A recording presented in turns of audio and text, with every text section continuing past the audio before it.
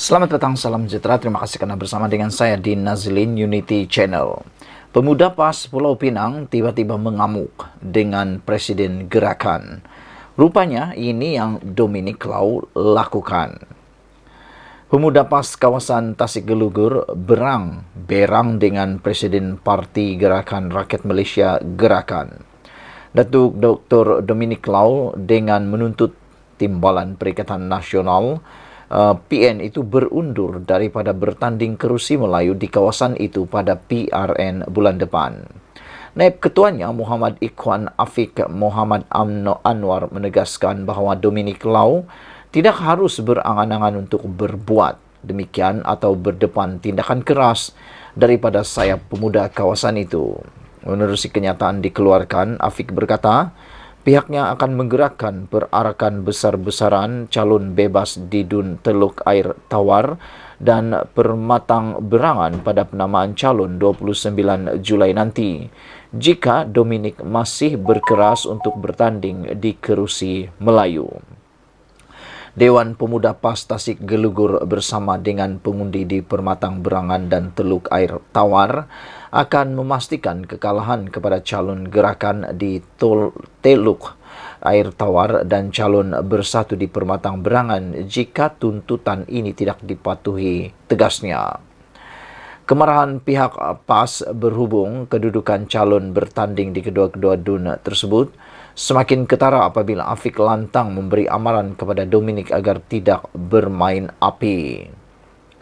Jangan sesekali bermain dengan api, nanti api itu sendiri akan memakan diri, kata beliau.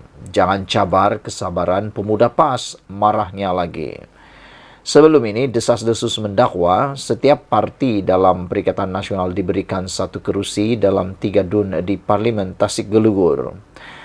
Parlimen P042 Tasikgelugur yang kini disandang bersatu melalui Datuk Wan Saiful Wanjan mempunyai 3 dun, iaitu Permatang Berangan, Sungai Dua dan Teluk Air Tawar. Kemenangan Perikatan Nasional ke atas Parlimen Tasikgelugur pada PRU 15 dilihat mengejutkan pemerhati politik selain Parlimen Kepala Batas dan Parlimen Permatang Pau. Dalam 3 kawasan parlimen terbabit, terdapat 9 kerusi dun majoriti Melayu.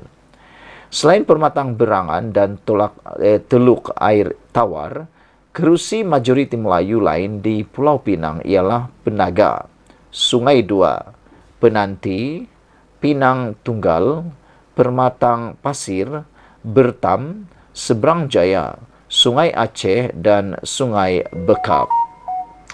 Saudara-saudara sekalian, rupa-rupanya inilah yang berlaku apabila Dominic Lau keras kepala sehingga Dominic ditegur oleh pemuda PAS iaitu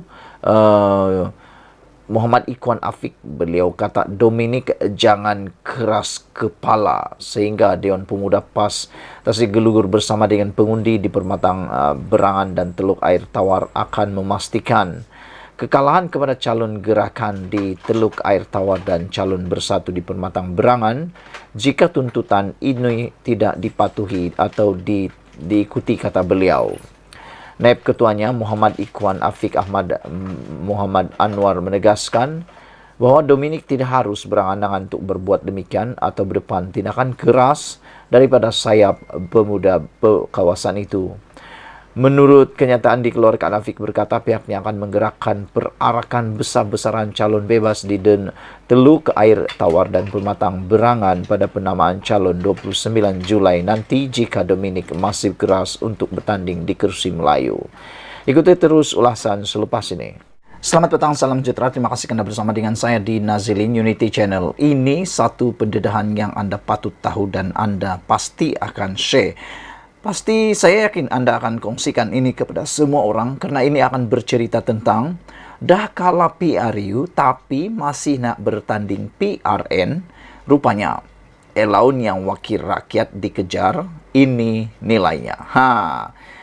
Pasti di luar sana ramai netizen yang nak tahu apa sebenarnya habuan, apa sebenarnya yang dikejar, berapa nilai duit, berapa gaji, berapa allowance yang diterima oleh YB yang menang dalam PRU maupun PRN yang akan berlangsung tidak lama lagi ini. Saya seringkali bercerita dengan rekan-rekan, kami bertanya, kenapa orang sanggup berebut-rebut mau menjadi YB, padahal YB ini kerjanya bukan senang, tapi rupa-rupanya ada nilai imbuhan, allowance, gaji yang memang membuatkan mereka meliurkan, menjadikan kita berliur lah macam tu. Tapi bagi kita semua yang tidak ada rezeki untuk menjadi YB, tak apalah. Cukuplah berliur melihat mereka. Okey, saya kongsikan dengan anda semua. Ini rupanya sebab sudah kalah PRU tapi masih nak bertanding PRN. Rupanya allowance yang wakil rakyat dikejar, ini nilainya. Korang masih ingat lagi tak dengan isu allowance pinggan mangkuk yang digembar-gemburkan oleh ahli Parlimen Muar, iaitu Syed Saddiq Syed Abdul Rahman? Siapa yang lupa?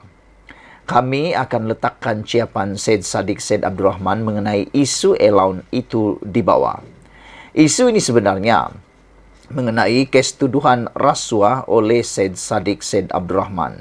Dia telah melampirkan keterangan menafikan tidak terlibat dalam gejala rasuah. Pada masa sama, dia juga mengatakan ada allowance pinggan mangkuk sebanyak RM42,000. Saya ulang sekali lagi, berjumlah sebanyak RM42,000 secara one-off. Saya fikir dari hidup saya, dari kecil sampailah mungkin saya meninggal dunia, saya tidak akan mampu membeli pinggan mangkuk berjumlah RM42,000 ini. Yalah, bayangkanlah RM42,000 itu bukan kecil nilainya, ia sangat besar. Tapi itulah yang didedahkan oleh Syed Saddiq Syed Abdul Rahman. Pinggan mangkuk pun allowance-nya RM42,000 secara one-off. Siapa yang tidak terliur kan? Banyak lagi allowance yang mungkin tak masuk akal bagi kita. Seperti, pertama, allowance pembayaran tol dan bahan api kenderaan. Ada tak korang bahagikan gaji untuk duit tol? Kalau ada, berapa ringgit yang korang letak untuk duit tol? 100 atau 200 ringgit. Macam admin selalu, kalau nak keluar je, baru top up touch and go. Tahu-tahu ada banyak lagi baki. Kenapa kami sebut pasal tol ini? Tahu tak? Ahli Parlimen akan menerima duit tol. Berapa jumlahnya? Allowance juga terbahagi kepada dua. Allowance ini layak dibayar kepada ahli Dewan Negara sebanyak RM200 sebulan. Manakala ahli Dewan Rakyat akan menerima RM300 sebulan. Tahukah korang, ahli Parlimen juga akan mendapat allowance bahan api kenderaan sebanyak RM750 sebulan bagi ahli Dewan Negara dan RM1,500 bagi ahli Dewan Rakyat. Banyak kan? Memang banyak. Sama nilainya, jumlahnya dengan bayaran CCM kereta anda sebulan. Itu baru minyak mereka. Allowance minyak mereka.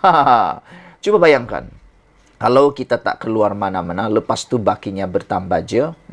Pergi ke mana agak-agaknya kan? Okey, kedua. Allowance pakaian panas, pakaian rasmi istiadat dan bantuan pakaian black tie. Kalau ada ahli parlimen menghadiri satu tugas rasmi di negara yang beriklim sederhana, mereka berhak untuk menuntut allowance pakaian panas berasaskan apa-apa kadar dan atas apa-apa terma dan syarat yang dinyatakan dalam pekeliling pembendaraan yang berkaitan atau apa-apa pindaan kepadanya. Mereka juga akan diberikan RM1,500 sebagai allowance pakaian rasmi istiadat atas apa-apa terma dan syarat yang dinyatakan dalam pekeliling perkhidmatan yang berkenan atau apa-apa pindaan kepadanya. Nombor 3, allowance telefon dan diberikan alat komunikasi mudah alih keistimewaan diberikan kepada semua ahli parlimen untuk telefon, iaitu ahli parlimen diperuntukkan dengan satu telefon talian terus dalam tempat kediaman persendirian. Ahli parlimen diperuntukkan dengan satu talian terus di pejabat perkhidmatan. Kos pemasangan dan sewa telefon ditanggung. Ahli parlimen layak diperuntukkan dengan sebuah telefon bimbit atau alat komunikasi muda alih dengan harga tidak melebihi Rm2.000 sekali dalam masa 2 tahun dan hendaklah disokong dengan resit asal pembelian. Sabar jeb, bukan tuja. Mereka juga akan menerima allowance telefon pada kadar Rm900 sebulan, dibayar tanda memerlukan sokongan tanpa tanda memerlukan sokongan apa-apa resit. Bayangkan kalau kita beli internet guna allowance ini. Wow, Rm900 sebulan tuh bosku. Nomor 4, allowance mesyuarat. Setiap kali mesyuarat dihadiri akan dapat bayaran. Punya bagus kan? Kalau Anda bekerja di swasta atau di kerajaan, bayangkan kalau Anda mendapat bayaran dalam setiap majelis atau mesyuarat yang Anda hadiri. Kan? Punya bagus. Banyak-banyakkanlah mesyuarat supaya lebih banyaklah dapat allowance yang dapat. Kalaulah kita dapat. Malangnya, tak tahulah Anda dapatkah tidak. Terpulang. Tinggalkan dalam ruangan komen.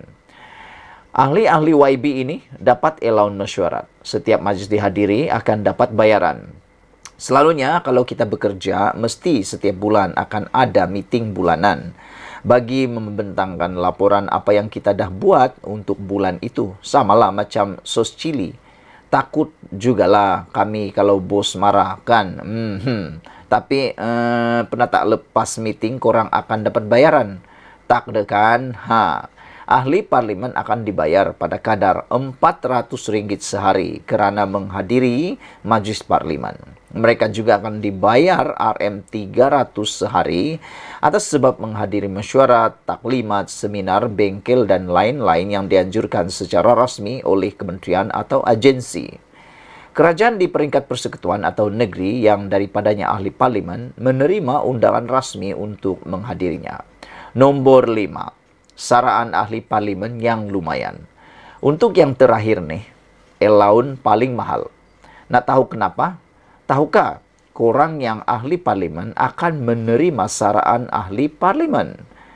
Cuba teka berapa? Coba teka. Kami nak korang teka dulu berapa. Jangan scroll atau jangan skip. Jangan cepat-cepat percepatkan video ini.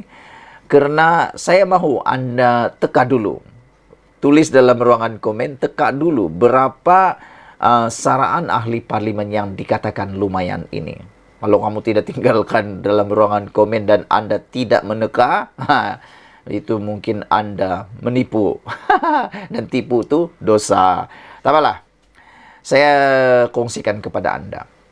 Kalau korang tekan bawah ribuan ringgit, atau tekaan Anda ribuan ringgit, ternyata itu salah. Ahli parlimen akan menerima allowance bulanan sebanyak Rp11.000 bagi ahli Dewan Negara dan Rp16.000 bagi ahli Dewan Parlimen. Jadi, cuba kita bandingkan dengan gaji minimum kita. Baiklah, kita akan bandingkan allowance di atas dengan gaji minimum pekerja, yaitu Rp1.200. Kepada sesiapa yang tak tahu lagi, Datuk Awang Hashim berkata kerajaan telah menambah baik inisiatif Malaysia melalui pakej pemulih dengan menggalakkan majikan menggantikan pekerja asing dengan pekerja tempatan dengan melonggarkan syarat kadar gaji minimum dari 1.500 kepada 1.200. Mungkin pada awalnya kita akan merasakan tak puas hati. Kenapa perlu kurangkan gaji? Sepatutnya naikkan gajilah kan. Namun beliau telah mengeluarkan kenyataan bahawa program ini untuk bantu rakyat dengan kelonggaran syarat gaji minimum. Program ini, mereka yang diberi gaji 1.200 akan dapat insentif tambahan dari kerajaan 500 setiap bulan. Jadi kalau kita ambil gaji 1.200 dan bandingkan dengan allowance yang mereka terima, sangat berbeza. Allowance telefon saja Rp900 bersamaan dengan 75% gaji minimum rakyat. Allowance mesyuarat Rp400 untuk 3 hari dan dah sama macam gaji minimum rakyat untuk sebulan. Allowance pakaian rasmi istiadat 1.500, 20% lebih tinggi dari gaji minimum allowance minimum rakyat. Allowance di bawah saraan ahli parlimen jauh bagai langit dan bumi. Saudara-saudara sekalian, isu ini dipetik daripada Info Rakyat. Sila share kepada semua orang dan pastinya yang memberikan motivasi untuk Anda bekerja lebih keras. Betulkah? Kita jumpa lagi. Malaysia kita punya, kita jaga sama-sama cintai Malaysiaku. Bye-bye.